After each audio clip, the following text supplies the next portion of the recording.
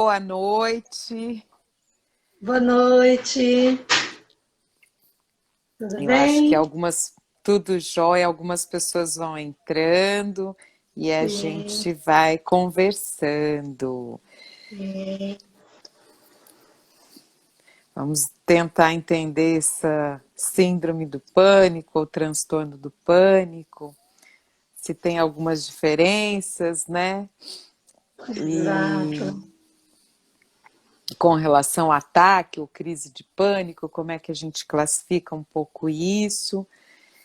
E aí uma fala super importante que eu acho que é bacana fazer é essa articulação entre medo, né, angústia e pânico. Não tem como não tá aliando aí essa tríade para a gente falar da síndrome do pânico, ainda mais nesse período de distanciamento social, com uma pandemia colocada, então o quanto que isso gera de muito pavor, né?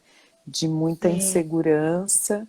E aí, para os casos que realmente são diagnosticados como síndrome do pânico, é bastante delicado e isso precisa ser bastante visto, né, com a devida atenção. E vamos lá, vamos sim. começando. Então, acho que as pessoas vão aos pouquinhos entrando e a gente vai Sim. conseguindo estabelecer esse diálogo, né?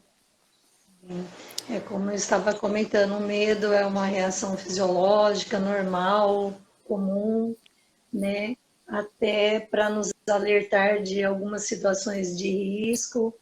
Ele só passa a ser prejudicial quando acaba deixando a gente impotente, que começa a incapacitar, né? Então, eu estava comentando aqui que a gente hoje vai definir a partir de que momento isso já é considerado uma patologia, né? Um medo natural, como muitas pessoas às vezes têm medo de alguns tipos de animais, né? Eu tenho medo de barata.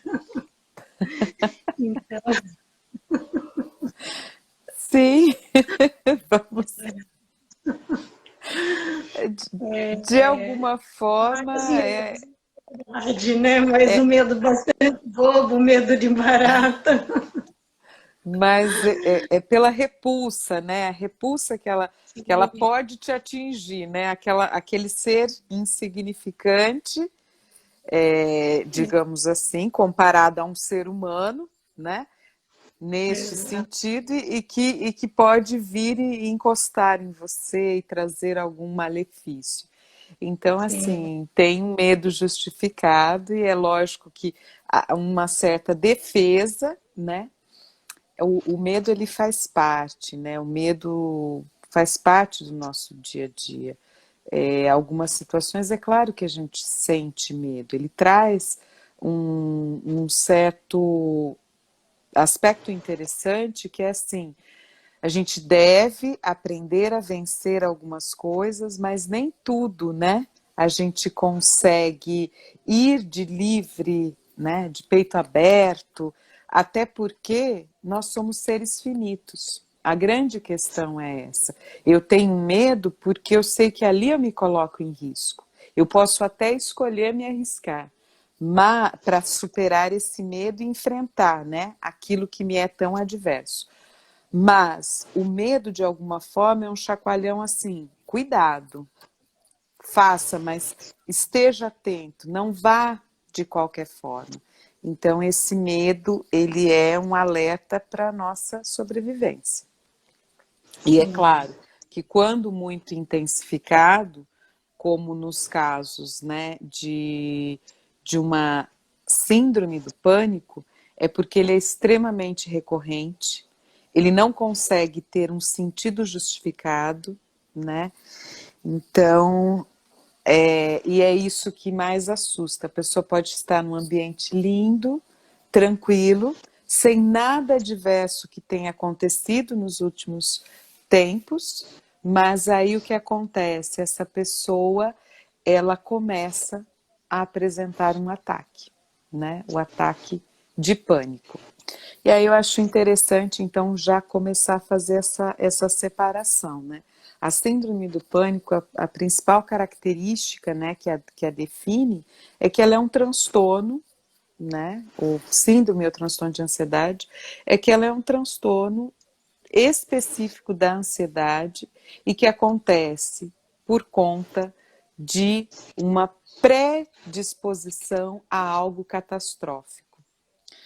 Então, é um transtorno ansioso severo que vem acompanhado de ataques de pânico, e isso acontece com uma recorrência muito frequente.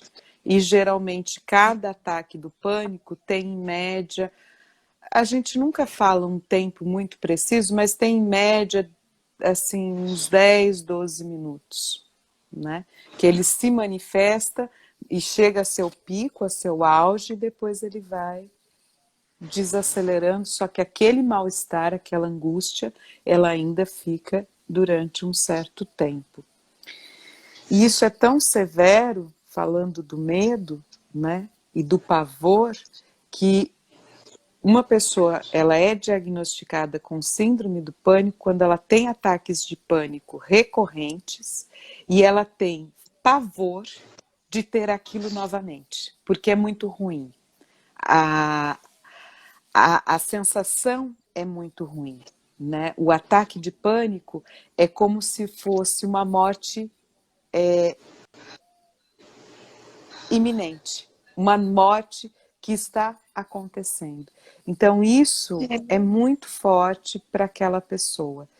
E tanto é assim que em muitos momentos parece muito com ataque cardíaco, né? As sensações físicas são muito essas, de o coração muito acelerado, essa questão de uma certa sensação de asfixia ou falta de ar, alguma sudorese, algumas dores nas costas, mas isso é muito, muito característico.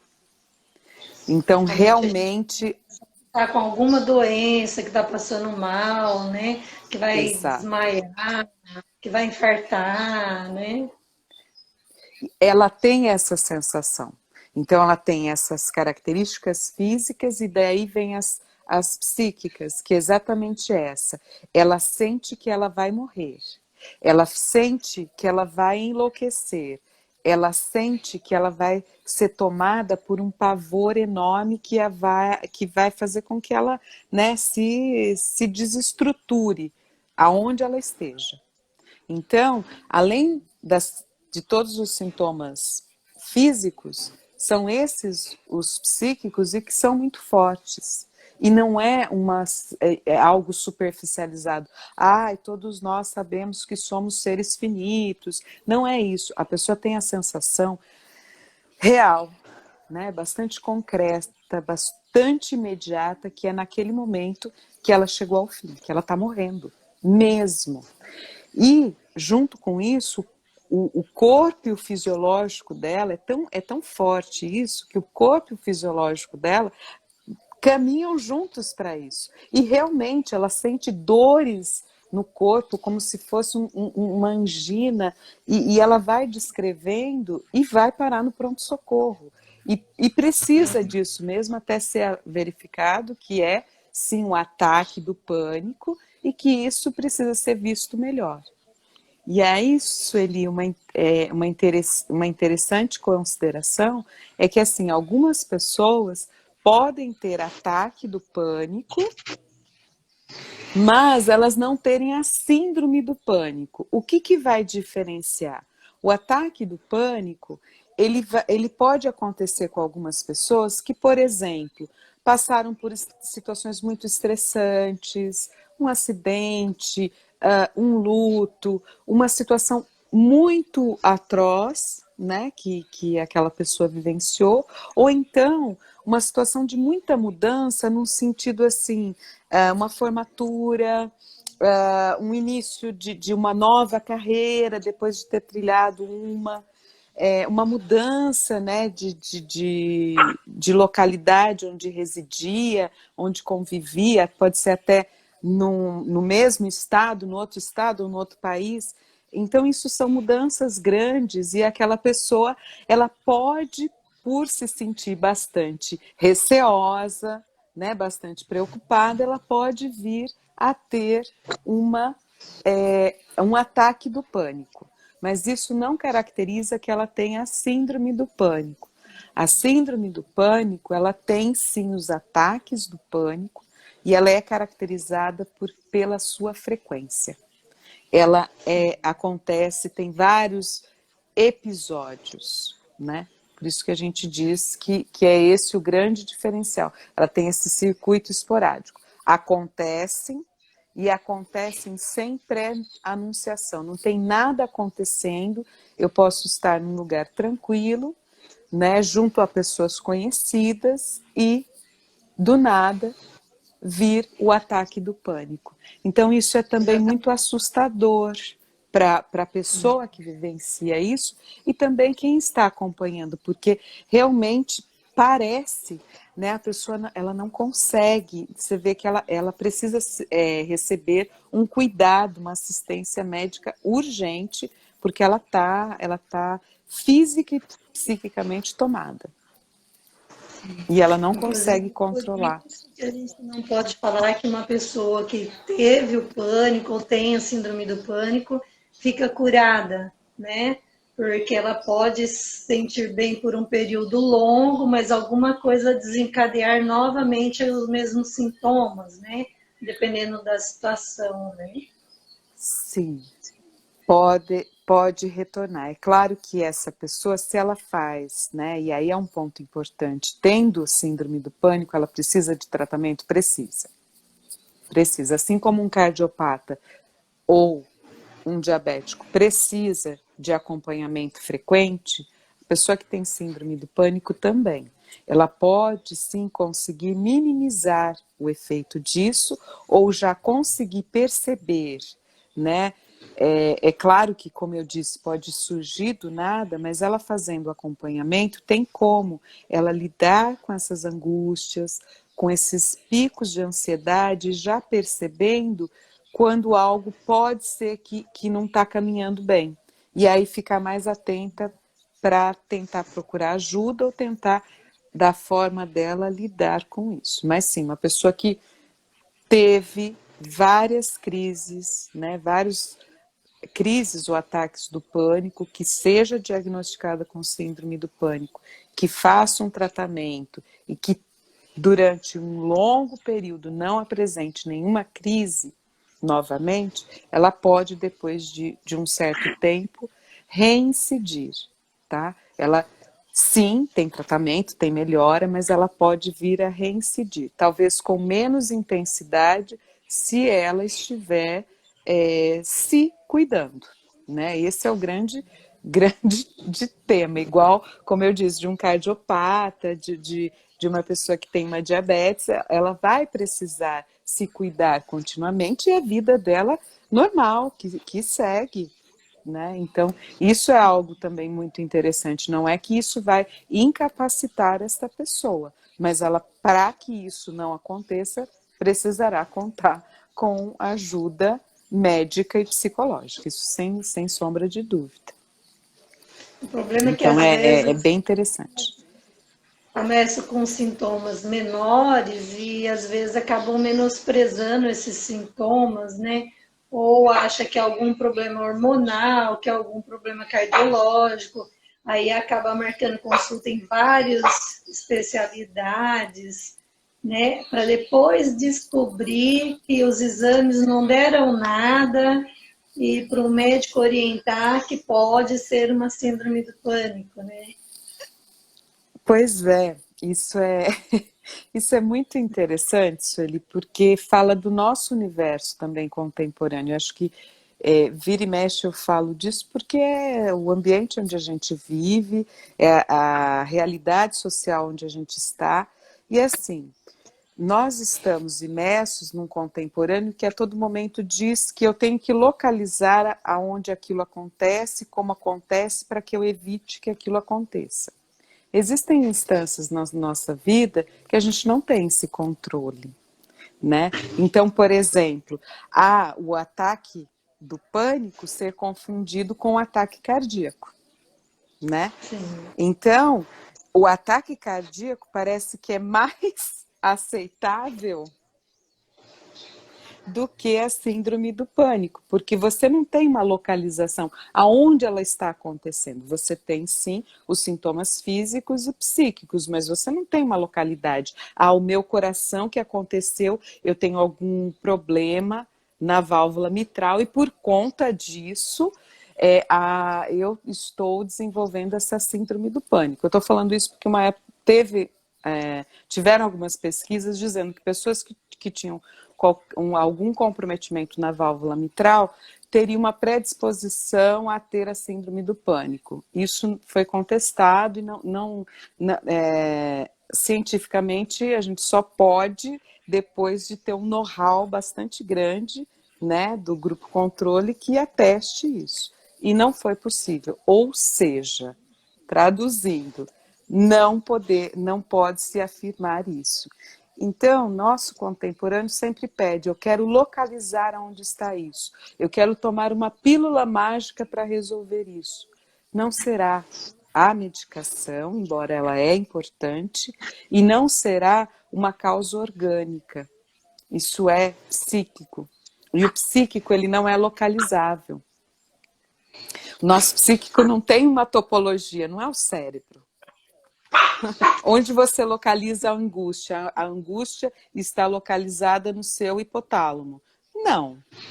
O hipotálamo ele descarrega algumas partes emocionais, mas ele não tem essa localidade e ali eu localizo. Eu consigo dizer onde eu localizo os meus rins, o meu coração, que é uma outra lógica super interessante, super importante, mas o psíquico também e não respeita essa mesma lógica. E por isso que muitas pessoas querem a todo momento ficar buscando uma investigação orgânica para o seu quadro clínico e não entendem que ele é psíquico. E elas se recusam a esse tipo de tratamento. E vai agravando, que era o ponto que você estava dizendo.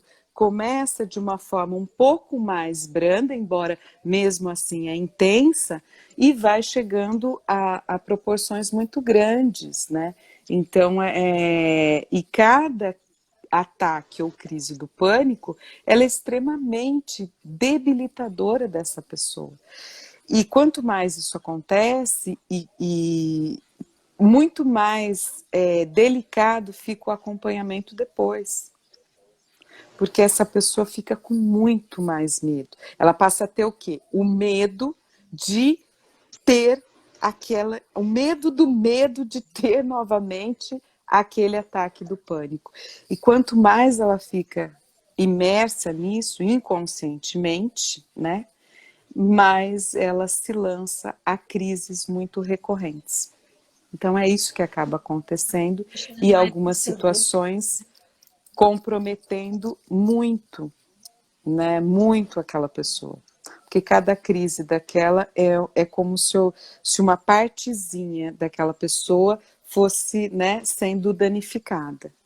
Porque são ataques muito fortes, né? Quem já viu ou enfim, tomou algum conhecimento disso, são ataques muito fortes e a gente vê que não é uma encenação. A pessoa, ela fica realmente tomada e ela não tem controle, ela não quer sentir aquilo, ela não quer se deparar com aquilo, mas quanto mais ela fica ansiosa com isso, mais ela se lança a ter isso. Olha que contraditório.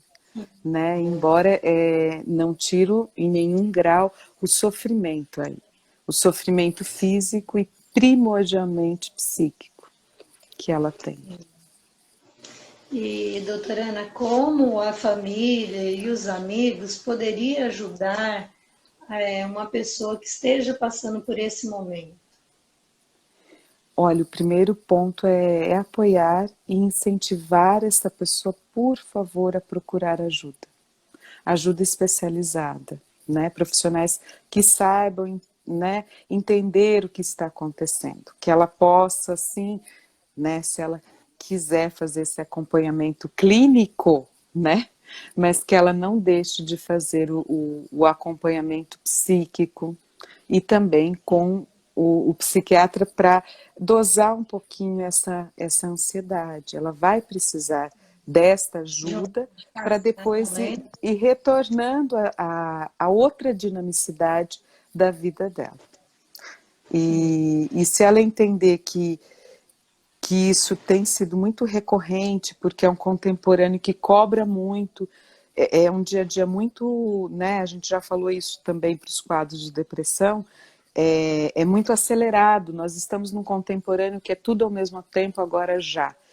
E aí, realmente, as pessoas podem ou deprimir por não se adequarem a essa realidade, né? Não suportarem viver nisso, ou então tentarem dar conta de ficar nesse turbilhão, que é a síndrome do pânico. Então, tenta dar conta de algo vertiginoso, que só vai fazer o quê? Alimentar essa ansiedade. Vai alimentando essa ansiedade. Chega a tal ponto que essa pessoa se sente o quê? Aniquilada. E um pavor disso. Por isso, o pânico. O pavor de sentir que está morrendo. É uma crise que anuncia uma finitude. Isso é muito drástico, né? Sim. Além do fato da pessoa ser diagnosticada com a síndrome do pânico, ela estar fazendo o tratamento, desculpa, com o psiquiatra, com a medicação, fazendo a terapia, a família ainda, às vezes, super protege, mas não sei se isso realmente é um fato melhor ou pior. Eu acredito que a família e os amigos precisam entender, mas, ao mesmo tempo, estimular a pessoa a vencer esse medo, né? Não sei, assim, vou dar um exemplo meu, por exemplo, um período... Eu sempre tive muito medo de altura e um passeio, o pessoal queria fazer um rapel. E para mim isso daí era impossível. Entrar em pânico na hora e estava lá, mas assim, o apoio da família me incentivando a vencer esse medo. Então, eu consegui fazer isso, para mim foi muito importante. Então, acho que, lógico que talvez não seja com uma gravidade tão grande, né? Mas, assim, tive, assim, num momento que realmente fiquei travada ali, não queria sair, não sabia como voltar atrás. E aí, acho que o incentivo das pessoas na hora me ajudou bastante a vencer isso e levar em frente. Então, acho que nesse momento, quando a pessoa, talvez numa crise maior também, se a gente estiver com esse estímulo de acompanhar em determinadas situações, para que aos poucos, que a pessoa vá vencendo aos poucos, porque lógico que se você expor ela totalmente ao fato, de repente, do nada, sem um preparo psicológico, talvez ela realmente infarta de verdade, né? Mas acho que aos poucos. Ah, sim, seria sem nenhum preparo, do nada, algo que ela teme muito, isso é contraindicado, seria muito nocivo. Não, essa estratégia de uma terapia com auxílio familiar de choque, não daria certo. Mas o interessante é que você vinha se preparando, você mais ou menos diz isso, vinha se preparando e tinha ainda um receio, mas já vinha um certo preparo e teve um incentivo muito grande, né, dos seus familiares, e você sentia realmente que havia esse incentivo e você se sentiu preparada e conseguiu. Isso é muito Sim. bacana, Eu né? tenho um exemplo que, assim, para quem realmente tem, às vezes, medo de altura, uma situação mais grave, ele talvez não consiga, né? Mas eu dei, assim, o meu exemplo, mas, às vezes, a pessoa tem medo de elevador, e a gente pode se propor a andar, porque, assim, medo é uma coisa, mas, às vezes, a pessoa tem pânico, ele não entra Pânico. mesmo. Então, a gente se O propor a pânico, acompanhar. sim, porque qual que vai ser o pânico no caso? né? O pânico de eu entrar no elevador é porque ali pode acontecer uma catástrofe. Lembra o sim, pensamento catastrófico. Vai acontecer uma catástrofe. Ao entrar no elevador, ele vai se soltar e a gente vai despencar. E eu e todos os meus que eu amo vão ali cair e vamos morrer. Né? Porque, sim, não se esqueça, tem o transtorno da ansiedade, ele tem esses episódios para a característica de síndrome do pânico. E ele tem esses pensamentos catastróficos. Então, sim. é isso, eu vou subir na corda, mas essa corda vai se soltar e eu vou cair, né? Então, esses pensamentos catastróficos, eles são muito fortes e eles vão tomando. E aí atingem a angústia que vai fazer com que aquele estágio amplifique e chegue ao pavor. E aí no pavor não tem como. A pessoa não vai, isso seria de uma invasão gigantesca. Por isso que o acompanhamento ele é feito anteriormente, né, para evitar que essa pessoa se limite em algumas situações. Então, conforme o tratamento vai acontecendo, ela vai se fortalecendo. Talvez não fazer o rapel, se ela, por exemplo, tem medo de altura, mas começar a fazer uma modalidade esportiva, isso é muito bacana. A atividade física, ela é super parceira também, né? A artística, a física, elas são super parceiras. São outras Sim. esferas que ajudam a pessoa a lidar com essas ansiedades. E no caso do pânico, que é uma ansiedade muito elevada, só tem a ganhar, porque ela consegue catalisar essa energia que iria para a sua ansiedade e usar para, sim, interessar numa modalidade esportiva. Endereçar essa energia para a modalidade esportiva. Primeiro, de uma outra forma, mais horizontalizada, tá? Falando assim É, nessa eu questão da quis altura, dizer, para depois, né, começar gradativo, né? Tem algumas coisas do próprio exemplo, CrossFit, que ela pode ir tentar um pouquinho, mas a gente vai isso o educador físico pode estar vendo com calma com essa pessoa para ela ir superando aos poucos. E claro, quando ela não tem o ataque do pânico.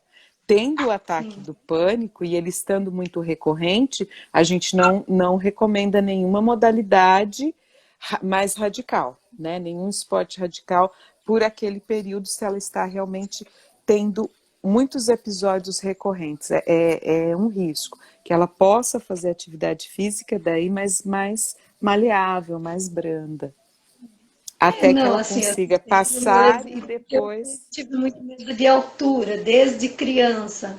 Então, assim, eu quis dizer assim que é uma coisa que, junto com o tratamento médico, que você está tomando uma medicação, essa medicação vai ajudar você a controlar essa adrenalina, né?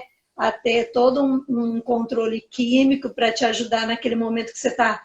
Ai, falta de respirar, aquele transpiração, aquele gelo na mão, aquele formigamento. Então, você consegue ajudar a controlar isso com a medicação, com a terapia. E às vezes, por exemplo, que nem no meu caso, o medo de altura. Antes de criança, eu não subia um degrau de escada. Então, aos poucos, aí você vai subindo o degrau de escada, indo para um local um pouquinho mais alto, aos poucos você vai vencendo, não, claro que drasticamente, mas aos poucos você vai se expondo, a família te incentivando, assim, incentivando e fazendo todo um trabalho de apoio psicológico, né? Junto, lógico, com a terapia, a medicação, mas te estimulando a vencer aquilo, que aquilo não vai te fazer mal, vai te acompanhar. Então, assim, você se sente segura, por exemplo, para ir um degrau, para 1 metro mais alto, 2, e ir vencendo até talvez, às vezes, aquele medo maior. Né? Mas é assim, eu fiz, mas não perdi o medo, não. Mas, Não tem. Claro, você percebe que, né, como a gente dizia, tem coisas que a gente tem medo, que são os Sim, nossos limites. Porque é o sim. limite que diz, isso aqui é seguro para mim, mesmo eu arriscando um pouquinho, tá? Mas isso aqui que me deixa totalmente à mercê, não sendo da minha característica, isso vai me ser muito fóbico, vai me dar muito É, medo. E todos nós mas, temos. sim. A questão é Mas isso coisas não ser o do dia transtorno a dia. de ansiedade com nenhuma localidade, né? Eu não sei por que, que eu estou e de repente eu me tomo com uma crise onde eu sinto que eu vou morrer e meu corpo ele tá nesse processo, né? O coração saindo pela boca, eu estou ali me esfacelando e não sei dizer o que, que é. Só sei dizer que eu não quero sentir isso e eu sinto que é meu fim. Então, isso que é. E aí sim é muito, muito, muito, muito catastrófico. Mas esse medo, como um certo limite de cuidado com a gente, isso não tem. Não tem problema. Né? Algumas coisas a gente supera pontualmente, como você disse, foi naquela aventura, talvez um degrauzinho daí tudo bem, mas talvez grandes E escaladas às você vezes, aprecie a pessoa fazendo, né? E tá tudo bem, né? Uma coisa mas interessante, só para às complementar, uma vezes coisa medos. interessante das famílias seria assim, muitas vezes aquela pessoa que tem a síndrome do pânico, não adianta falar assim, a força aí, não vai acontecer de novo. Por mais que a gente queira incentivar, né, é dizer, olha, se acontecer, a gente vai estar aqui do seu lado. Então procure ajuda, mas a gente vai estar do seu lado se você procurar ajuda para ir melhorando, para isso começar a ficar mais espaçado, mais raro e você voltar a se sentir melhor. Mas nós vamos estar do seu lado. E do seu lado é até falar, procure ajuda, do seu lado é falar, olha, se acontecer estaremos aqui, né? Olha, não precisa achar que vai ter controle de tudo, né? Então isso que seria um papel bastante interessante da família, porque às vezes aquela pessoa, a família endereça tanto que não vai acontecer de novo, que tudo vai dar certo, que ela está ali do lado, apoiando, e de repente a pessoa tem a crise, porque ela não tem momento para acontecer. E a pessoa depois que passa pela crise, né, o ataque de pânico, ela fica se questionando aonde que ela falhou, porque ela teve, né, o ataque. E aí isso é bastante fragilizador para ela. Né? Por mais que a gente entenda que a família quis dar um apoio, mas um apoio que pode se converter contra. Então, acho que a principal também, além de falar para a pessoa procurar ajuda, é estar junto, falar que independente se acontecer, vai estar todo mundo ali do lado, né? Respeitando os times da pessoa, desde que a pessoa queira se cuidar, desde que ela realmente queira, né, passo por passo a sair dessa situação, porque é possível, né? É possível melhorar bastante. Então a pessoa vai fazer esse acompanhamento, ela vai melhorar desses quadros clínicos e vai ter sempre essa supervisão, sim, porque ela pode ser acomedida novamente. Síndrome do pânico, ela é um transtorno, né? Dentro dos transtornos de ansiedade, ela é um dos mais graves, né? Com maior intensificação. E esse sentimento de catástrofe, né? Então, isso é muito, muito interessante. Estou vendo várias pessoas, acho que tem uma pergunta aqui. Então, Nós, temos boa sim. noite para o pessoal, boa noite a todos que foram entrando. Agradeço muitíssimo, desde já, né, os nossos agradecimentos. Nós ficamos muito felizes e eu vou ler a pergunta, é assim, Ana, às vezes apenas a terapia comportamental não dá conta desta superação. tá? Eu acredito que essa superação da gente analisar a questão do medo, né, da angústia e do pavor, chegar até as causas, né? O que causa essa intensificação de ansiedade, angústia e pavor? Sim, a linha comportamental ela vai focalizar no quê? Na mudança daquele comportamento e fazer com que a pessoa procure ficar melhor. Então ela utiliza algumas técnicas de respiração que são interessantes, ela utiliza algumas técnicas de mentalização que são super interessantes, mas ela não vai chegar à causa, o que faz com que aquela pessoa, dentre tantas outras que vivem nesse contemporâneo tão exacerbado, com tantas situações, o que causou para que ela tivesse realmente desenvolvido esse transtorno psíquico tão forte, né, de se sentir esfacelando, se sentir morrendo, né, porque a síndrome do pânico é essa sensação, a morte me acometendo, né, a morte tomando conta de mim e eu entendendo que é aquele momento. Olha que apavorante isso, né, até para descrever. Então, sim, a análise, ela tem funcionado muito bem para todos os transtornos de ansiedade. Quando a gente fala de análise, a gente fala da linha psicanalítica. Ela tem ajudado bastante a entender o que causou, qual que é a causa, a origem tão disruptiva para aquela pessoa ter tamanho pavor. Porque daí já não é mais o medo, né? É um pavor, e um pavor intensificado pelo aniquilamento de si. Eu vou morrer e é agora. Isso é muito forte, né? Então ela procurará entender o que singularmente nesse indivíduo atravessa em termos inconscientes, né? E aí sim, mais do que o medo, ela ajuda a entender o que representa esse pavor, e aí o trabalho é ressignificar isso para que a pessoa possa entender tudo isso e ao ressignificar, ir minimizando, diminuindo esses ataques de pânico que são reais sentenças de morte simbólica, porque cada crise é muito forte. Então é esse o nosso trabalho. Muito obrigada pela pergunta, fico muito agradecida. Tem mais Colabora perguntas? bastante as perguntas, fica assim mais dinâmico para a gente, mais gostoso, Fica, né? fica E aí, muito legal.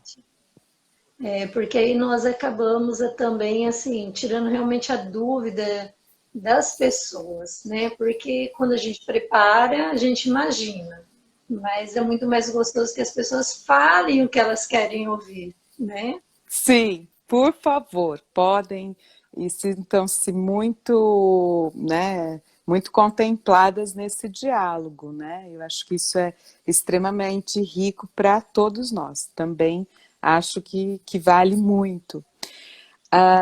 Entendo a causa da síndrome e ela fica mais compreensível o entendimento do efeito.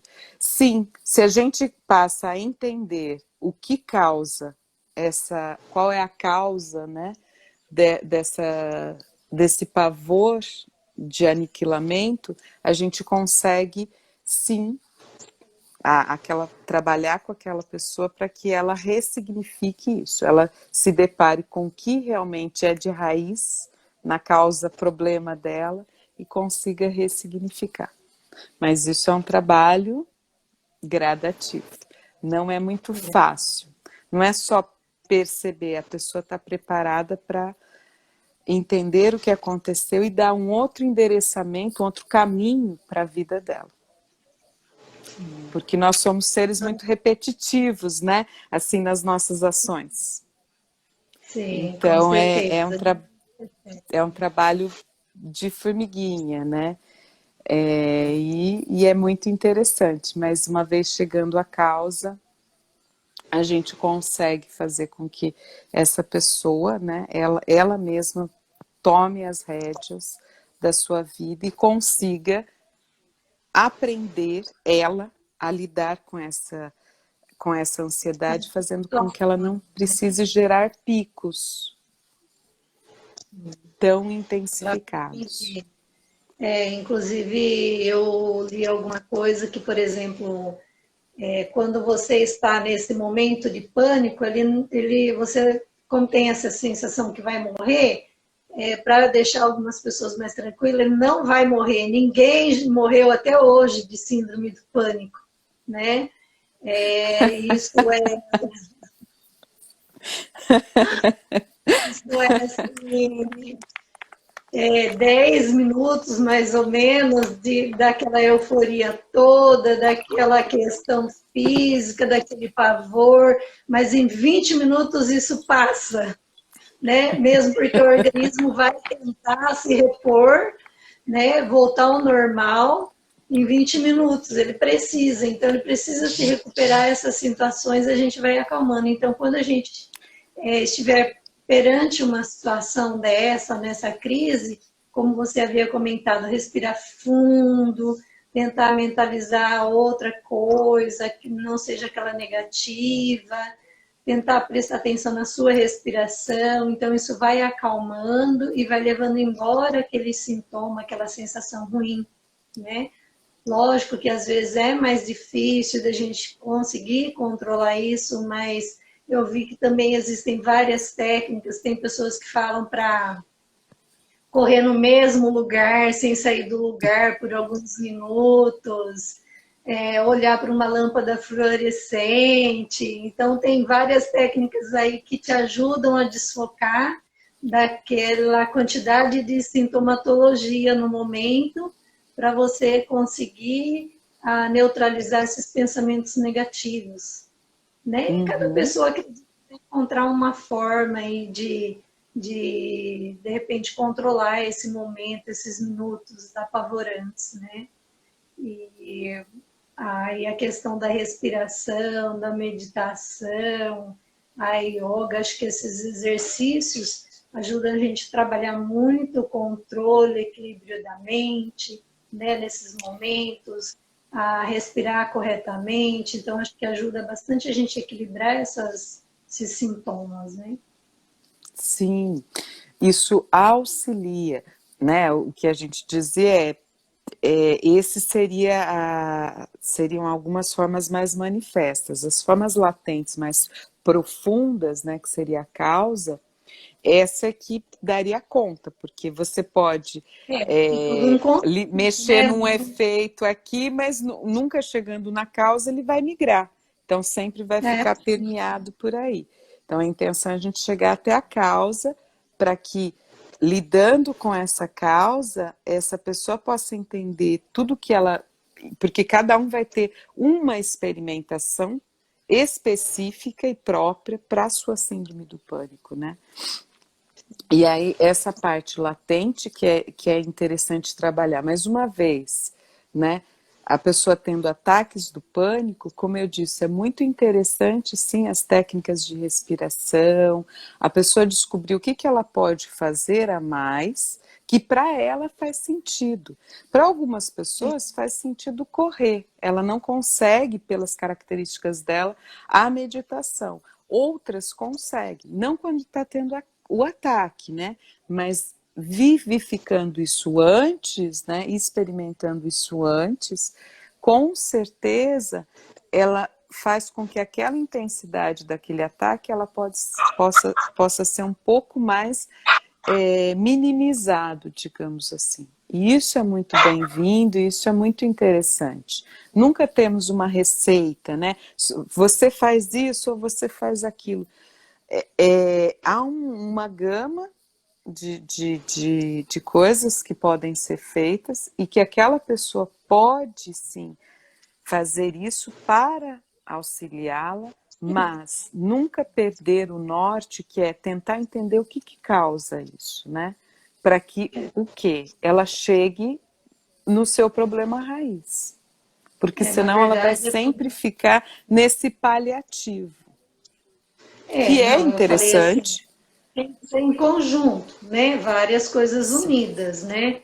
né? Não é um tratamento separado, são várias coisas, a medicação, a terapia, essas alternativas são uma coisa vai ajudar a outra, né? Uma associação, na verdade, né? Sim, é que era, eu peguei esse gancho, Sueli, porque é muito interessante, né? Como a gente falou, algumas pessoas elas querem um resultado muito rápido, elas querem resolver somente com uma pílula, elas não querem muitas vezes ter esse trabalho de chegar à sua. Porque chegar até a causa de uma situação desencadeante de síndrome do pânico é lidar com questões internas muito sofridas. É adentrar um universo muito sofrido. A análise não é uma coisa, Às ai vezes que nem a própria delícia, só pessoa trocar quer ajudar. palavras. Sabe, tem que mexer em algumas feridas que estão superficialmente cicatrizadas, remover e fazer com que espere um tempo para cicatrizar de fato. E fazer isso dói. Dói muito. E não tem como, a pessoa sabe que é o movimento dela com ela mesma. Mas é isso que vai permitir com que ela entenda realmente o que acontece e ela perceba em si o potencial de lidar com essa ansiedade. De entender que ela foi a causadora da sua ansiedade num pico tão elevado e também é ela quem poderá minimizar essa ansiedade. Porque ansiedade todos temos, em maior ou menor grau, mas todos temos, né? Tolerável. Agora, quando esse grau ele se torna transtorno, aí já é uma patologia, precisa, né? Isso foi gerado, é uma doença mental, né? A síndrome do pânico é uma doença mental, sim. Ela é caracterizada, faz parte dos grupos dos transtornos de ansiedade. E uma coisa bastante interessante aqui, que eu estou vendo algumas pessoas entrando, boa noite. A Viviane, ela traz uma colocação, né, sobre a síndrome do pânico em período gestacional. Muito bacana, Viviane, acaba acontecendo sim, e a gente tem uma série de cuidados, até porque, como há bastante essa alteração física, tem os sintomas físicos e os sintomas psíquicos, a gente tem que tomar uma série de cuidados e olha que interessante, né? Em termos psicanalíticos, tá dando uma microfonia, todos me ouvindo bem? Síndrome do pânico, uma das características primordiais é a pessoa sentir que ela está morrendo. Ou ela está enlouquecendo, ou ela está se esfacelando ali. A gestação é o oposto. É uma vida que se inicia, é uma vida que está em desenvolvimento.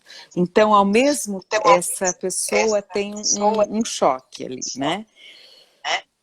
Se ela estiver em acompanhamento, e tem que estar, porque é extremamente delicado, e acompanhamento, né, acompanhamento psicológico, independente da linha, né, a comportamental, a psicanalítica, precisa se trabalhar essa fonte de vida que ela está, naquele momento, propiciando. Ao mesmo tempo que ela é para si essa fonte de aniquilação, síndrome do pânico, sensação de morte iminente, certo? Ela está gestando uma vida. Esse é um ponto importante que a gente costuma trabalhar, né? Tentando pegar pelo lado positivo, para que ela não desenvolva a sensação de pavor por si e pelo bebê. Mas entender que esse bebê só está nesse processo porque ela pode potencializar essa nova vida, tá? Mas é extremamente delicado. Bom, vou aproveitar uma pausinha e agradecer que eu tenho vários colegas dentistas aqui presentes hoje. Agradecer demais por eles estarem aqui acompanhando, nos prestigiando. Fico Que muito bom, feliz que com bom. isso. Muito feliz. Agradeço a todos que estão aqui acompanhando a gente. E vários alunos seus, né? Fico muito Clientes feliz. nossos, muito feliz. Que legal, gente. Muito obrigada por Vários. acompanhar a gente, por vir participar, né? Ajudar a gente a, a levar essa informação para as pessoas, né? Muito Ah, gostoso eu essa conversa. Eu vou aproveitar e dar os parabéns para uma pessoa querida que está aniversariando hoje, que eu vi que entrou, o Ted. Um beijo, feliz aniversário para você. Muitas felicidades. Agradeço a todas as pessoas que estão entrando, algumas eu estou vendo. Viviane, Fernanda, os seus colegas, né? Por favor, desde já agradeço, muito bem-vindos. Ellen, querida, quanto tempo! Que bom, que bom. Mara, muito obrigada também pela presença. Fernanda, Cláudia, muito, muito, muito obrigada. Legal. Muito bom, gente. Que gostoso. Eu estou vendo todos que estão entrando. Quem eu não falei o nome, mil desculpas. Desejo, assim, A um gente não beijo muito consegue. grande. Boas-vindas. É por isso que eu já falei Muito... aos colegas, porque se eu ficar lendo eu me perco ainda. Não... E eu acho que Legal. agora fica um momento, né, para voltar. Melhorou? Melhorou, Vi?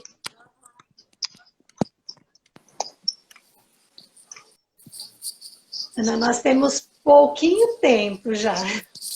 Pouquinho tempo, que era para... Pessoal, melhorou?